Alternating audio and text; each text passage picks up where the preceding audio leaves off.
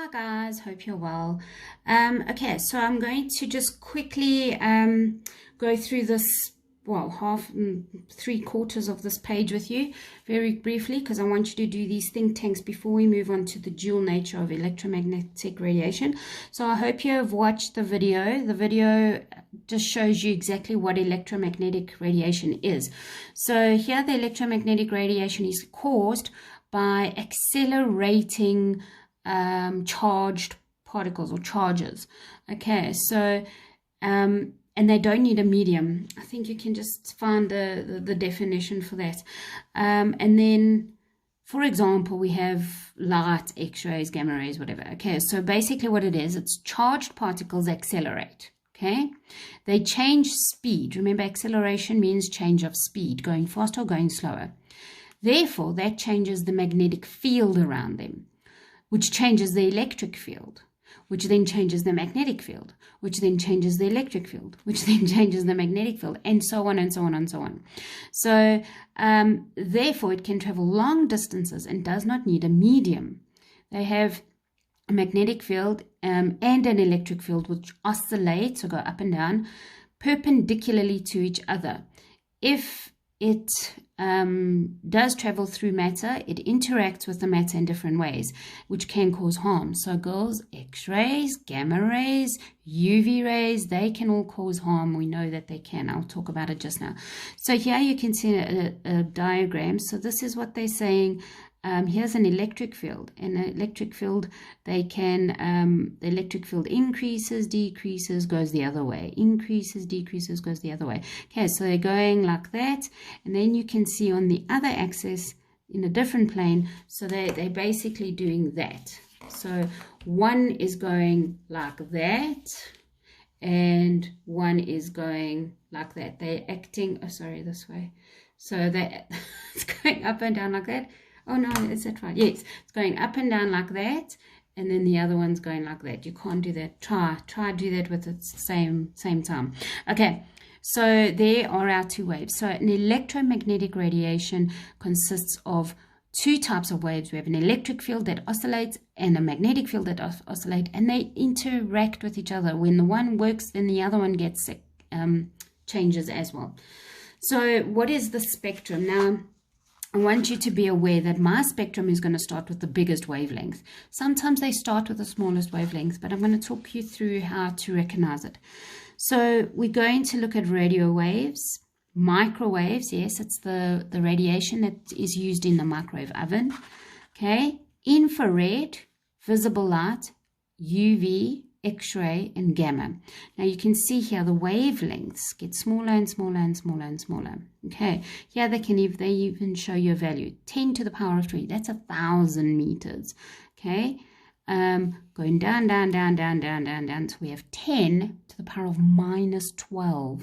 That's a picometer. Okay, very, very tiny. Okay, so what we can see here is that radio waves are extremely big. Look how big they are. They're like buildings or mountains. Now, if you think about it, radio waves, people that were even in the army or the world wars, they all used radio frequencies and radio, what are those things called? Walkie-talkie things, okay? And they used radio waves for that because of their size.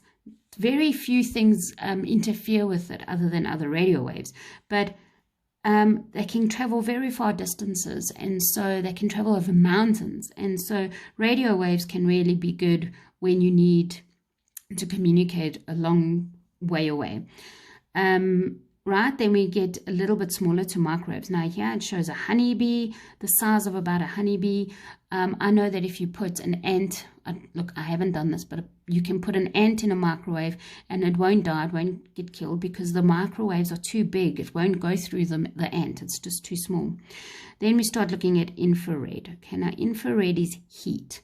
It's basically heat, okay? So if you take a look, the very next thing is visible light. So this is what we see. This is our red, orange, yellow, green, blue, indigo, and violet. Your Roy G. Biv. Okay, that's what we see. Now remember, animals like snakes can see infrared. In other words, they can see the heat coming off of animals. Okay.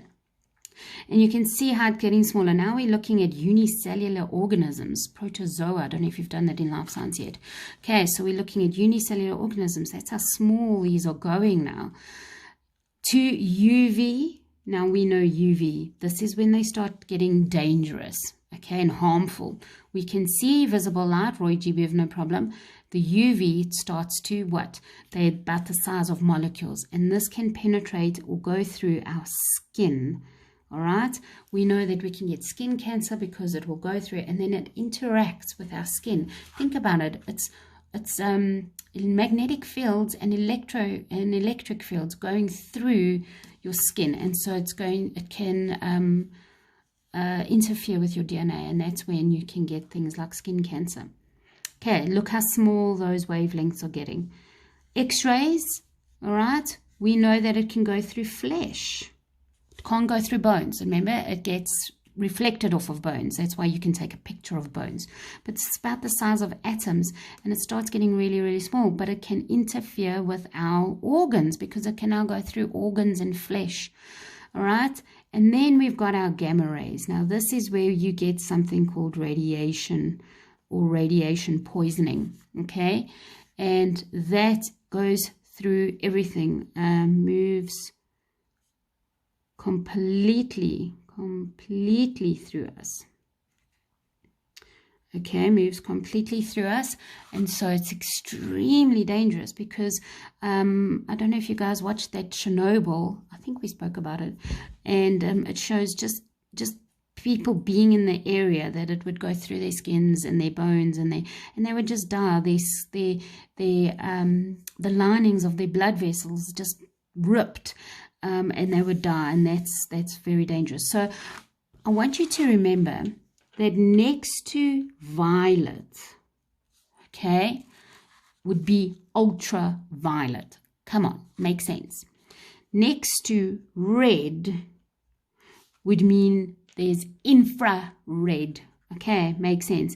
And if you can remember that the UV starts getting so small that it harms you because it's going to go through your skin, you will know it's next to V. Okay, and you'll know that this wavelength is small. And even if you're going the other way, even if you started UV on this side, it will always be next to violet, and then you're going backwards. All right, and then your red would be on this side, so G, and then infrared.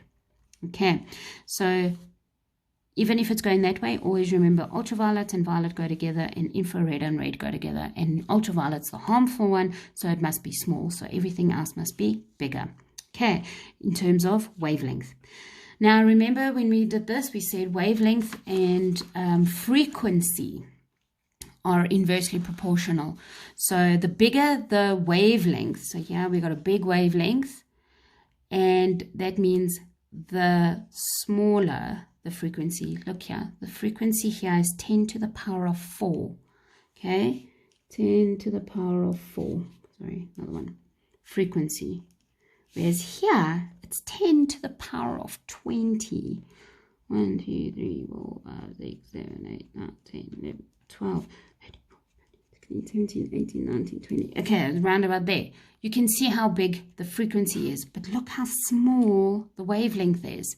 Okay, so a small wavelength equals a large frequency. In other words, look how so many waves can pass me in a second. That is what frequency is. A lot more waves can pass because they are smaller. Here, very few waves can pass me in a second because they are so large, and so that's why your frequency is low. Okay, so what do you notice about wavelength and frequency? They are inversely proportional. Okay, the bigger the wavelength, the smaller the frequency. The smaller the wavelength, the bigger the frequency, and I want you to realize that. Okay, please, I'm not sure if your notes have this other think tank. I'd like you to do it, please. It's think tank 1, page 133, number 5 and 6 only. Please note that a megahertz is whatever the value is. If it's 5 megahertz, it would be 5 times 10 to the power of 6. Remember, mega is a million. So you're putting it to the power of 6 there. And think tank 2, page 136, number 1.1 and 1.2 only. And only the first, that means only the first 3 rows of the table, please. Okay, so that's all you're going to do in this hour now. I want you to complete it, and I'll either give you the memo afterwards or in the next period. Okay, please make sure you're doing this and you're asking me questions and that you are understanding. I'm assuming you are understanding. You've been very quiet.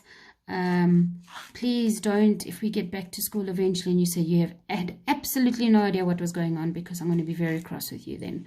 Okay, because I'm relying on you to do your work and to listen to the videos and to tell me if there's a problem. All right, so please, my girls, get to work and I'll be available for you to ask questions. Okay, love you lots.